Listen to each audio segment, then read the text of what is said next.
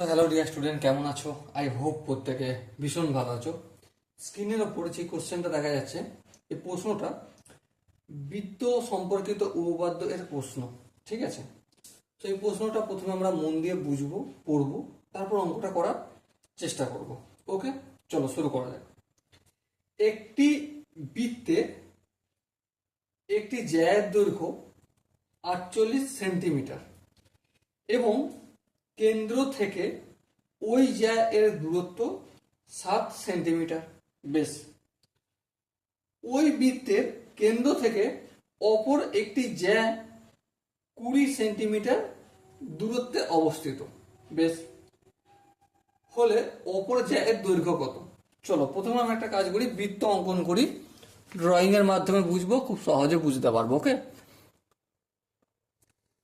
মনে করো এই হচ্ছে আমার বৃত্ত। চলো এই বৃত্ত দিলাম। এবারে এর জ্যা, সাপোজ মনে করো এই হচ্ছে জ্যা, একটা জ্যা, নাম কি দেবো? A B. এ বি জ্যায়ের দৈর্ঘ্য কত? প্রথম জ্যাটা কি আছে দেখো, 48 সেন্টিমিটার, তাই না? 48 cm লিখলাম। কেন্দ্র থেকে লম্ব করছি, তাহলে জ্যাটা কি হয়ে যাবে? দুভাগে ভাগ হয়ে যাবে। হ্যাঁ, তাহলে এখানটার নাম দিচ্ছি সি।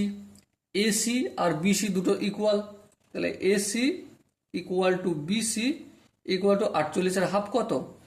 48-এর হাফ হচ্ছে 24 সেন্টিমিটার। এখানটা আশা করি প্রত্যেকে বোঝা গেছে।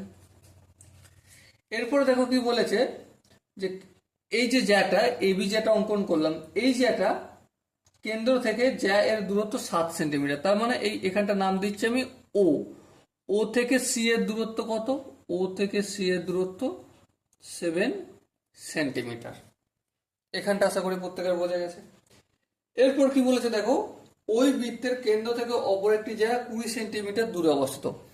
সাপোজ মনে করো এই এখানে একটা জায়গা আছে, নাম কি দেবো? P Q. এই জায়গাটা কেন্দ্র থেকে কত দূরত্ব? সেম, লম্ব অঙ্কন করবো কেন্দ্র থেকে। এখানে নাম দিচ্ছি এস, পি কিউ এস নাম দিলাম। এই ও এস, ও এস এর দূরত্বটা কত? 20 সেন্টিমিটার। বেশ, তাহলে এখন আমাকে বলতে হবে জ্যাটার দৈর্ঘ্য কত? পি আর কিউ দূরত্ব কত? দেখো পি কিউ এর দূরত্ব বলতে গেলে আমি P S equal to S Q, তার মানে P Q equal to 2 × P S, অথবা 2 × এস কিউ, যেটা হোক একটা নির্ণয় করলে আমি পেয়ে যাব, তাই না? হ্যাঁ ঠিক। কিন্তু প্রশ্ন হচ্ছে যে আমি কিভাবে করব। দেখো এসির দৈর্ঘ্য কত? দেখো 24 সেন্টিমিটার, এই 24 সেন্টিমিটার লিখলাম। ওসি এর দৈর্ঘ্য কত? দেখো 7 সেন্টিমিটার, এই 7 সেন্টিমিটার লিখলাম। এবার দেখো এই যে বৃত্তটা, ও কেন্দ্রীয় বৃত্তের ব্যাসার্ধ অঙ্কন করি একটা এখানে। হ্যাঁ, এই অঙ্কন করলাম। এবার যদি ধ্যান দিয়ে লক্ষ্য করো, তাহলে একটা জিনিস বুঝতে পারবে যে এখানে এই কোণটা 90 ডিগ্রি হয়। কেন? কারণ ওসি লম্ব এসি, ওসিটা লম্ব এসি এর উপর, তার মানে এটা 90 ডিগ্রি। হ্যাঁ, তাহলে যদি 90 ডিগ্রি হয়, তাহলে ত্রিভুজ ও এসি, ওএসি এর, এই যে ত্রিভুজ ওএসি এর অতিভুজ স্কোয়ার, অতিভুজ বলতে O A square, O A square equal to লম্ব স্কোয়ার প্লাস ভূমি স্কোয়ার। লম্ব বলতে 7 স্কোয়ার প্লাস 24 স্কোয়ার। এখানটা আশা করি বোঝা গেছে। 7 স্কোয়ার মানে 49 প্লাস 24 স্কোয়ার মানে 576।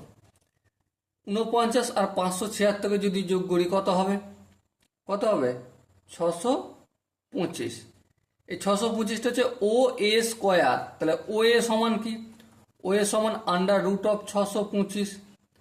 রুটের ভেতরে 625 টাকা মানে রুটের বাইরে আসলে কত হবে? 25 হবে। সো ব্যাসার্ধটা পেয়ে গেলাম আমি 25 সেন্টিমিটার। ওকে, এখানটা বোঝা গেল। এবার ধ্যান দিয়ে লক্ষ্য করো, আর একটা ব্যাসার্ধ আমি অঙ্কন করব। হ্যাঁ, এইটা। তাহলে এই ব্যাসার্ধটা যদি 25 হয়, এই ব্যাসার্ধটা কত হবে? 25 হবে। হ্যাঁ ঠিক। আচ্ছা, কেন্দ্র থেকে এই যে জ্যাটা পি কিউ জ্যাটের দূরত্ব কত? পিকিউজারের দূরত্ব দেখো, সরি পি কিউ কেন, হ্যাঁ ওএস এর দৈর্ঘ্যটা তাহলে কত, 20 সেন্টিমিটার, তাহলে এখানটা 20 সেন্টিমিটার। তাহলে দেখো এখানে লক্ষ্য করে দেখো, এই যে এস ও এটাও কিন্তু লম্ব পি কিউ এর ওপর, তাই না? তার মানে এখানটা 90 ডিগ্রি কোণ উৎপন্ন করছে। হ্যাঁ 90 ডিগ্রি কোণ উৎপন্ন করছে, তার মানে এটা কি বুঝতে পারছি যে এই ত্রিভুজটা সমকোণী ত্রিভুজ।